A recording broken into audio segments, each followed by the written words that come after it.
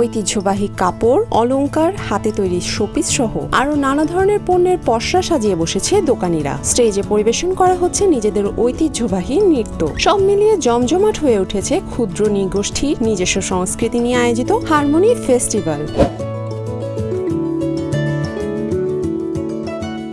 Bangladesh tourism বোর্ডের উদ্যোগে মৌলভীবাজারের শ্রীমঙ্গলে প্রথমবারের মতো শুরু হয়েছে ক্ষুদ্র নৃগোষ্ঠীর বৈচিত্র্যময় এই উৎসব। এতে উপজেলার ২৬টি ক্ষুদ্র নৃগোষ্ঠী তাদের নিজস্ব সংস্কৃতি, ব্যবহার্য পোশাক, পণ্য, খাদ্যাভ্যাস তুলে ধরবেন। শ্রীমঙ্গল কাকিয়াছড়া সরকারি প্রাথমিক বিদ্যালয় মাঠে ৩ দিন ব্যাপী আয়োজিত এই উৎসবের উদ্বোধন করেন প্রধান উপদেষ্টার কার্যালয়ের মুখ্য সচিব এম সিরাজউদ্দিন মিয়া। খুবই গর্বিত এখানে যে নৃগোষ্ঠীর যে তুলে আনছেন বা এখানে যে স্টলগুলো ওনারা সুযোগ পাইছেন, এটার জন্য আমরা থ্যাংক ইউ দেই এই পরিচালনা যারা আছেন। আমরা এইসব জিনিস আপনাদের মধ্যে তুলে ধরছি যাতে আমরা আমাদের এই জাতিটাকে আপনাদের সামনে রাখতে পারি এবং আমরা আরো এগিয়ে যেতে পারি। দেশ বিদেশের ভ্রমণ পিপাসুদের কাছে বিভিন্ন জাতিগোষ্ঠীর বৈচিত্র্যময় সংস্কৃতি তুলে ধরতে এবং পর্যটন শিল্পকে আরো বিকশিত করতে এই উৎসবের আয়োজন করা হয়েছে। এতে রয়েছে 40টি স্টল, যাতে মণিপুরি, খাসিয়া, চাকমা সহ 26টি ক্ষুদ্র নৃগোষ্ঠীর সংগঠন তাদের নিজস্ব সংস্কৃতি, উৎপাদিত পণ্য, ব্যবহার্য পোশাক,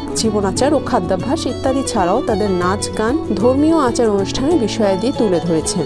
বিভিন্ন নৃগোষ্ঠীর মানুষগুলো একত্রিত হয়েছে এবং তারা কি কি ইউজ করতেছে, তাদের ব্যবহারের জিনিস তো আমরা এর আগে দেখিনি। একসাথে সবাইকে দেখে আমার কাছে অনেক ভালো লাগতেছে। ওনারা জানতেছেন আমাদের চাদর আছে বা মণিপুরি ড্রেস আছে, এগুলো দেখতেছেন, তো এটা নিয়ে আমরা খুবই খুশি। প্রকৃতি নির্ভর এলাকার মানুষদের নিয়ে ট্যুরিজম শিল্পকে উন্নত করলে উদ্যোক্তারা পণ্য বিক্রি করে উপকৃত হবে বলে জানান প্রধান উপদেষ্টার কার্যালয়ের মুখ্য সচিব এম সিরাজউদ্দিন মিয়া। এটা করে যেটা হয়, প্রকৃতিটা বিনষ্ট কিছু হয় না, প্রকৃতিটা প্রকৃতির মতো থাকে, মানুষজন ওই প্রকৃতির ভিতরে থাকে এবং তাদের একটা আয় রোজগারের অংশ হয়। অর্থাৎ এক ধরনের পার্টনারশিপ ডেভেলপ করা হয় ট্যুরিজমের সাথে স্থানীয় মানুষের। প্রথম দিন থেকেই দেশের বিভিন্ন অঞ্চল থেকে আসা অসংখ্য পর্যটক ও স্থানীয় মানুষের উপস্থিতিতে জমে ওঠে এই হারমোনি উৎসব। সকাল 11টা থেকে রাত 8টা পর্যন্ত চলা এই উৎসব শেষ হবে আগামী 12 জানুয়ারি। সারা বিশ্ব জানুক যে এই জায়গাটা একটা পর্যটন এলাকা, আর এখানে বিভিন্ন যে হোটেল বা আপনার রিসোর্ট আছে, এগুলো সবার মাধ্যমে ছড়িয়ে দেওয়া উচিত যে এখানে ভালো একটা সেবা পাওয়া যায়।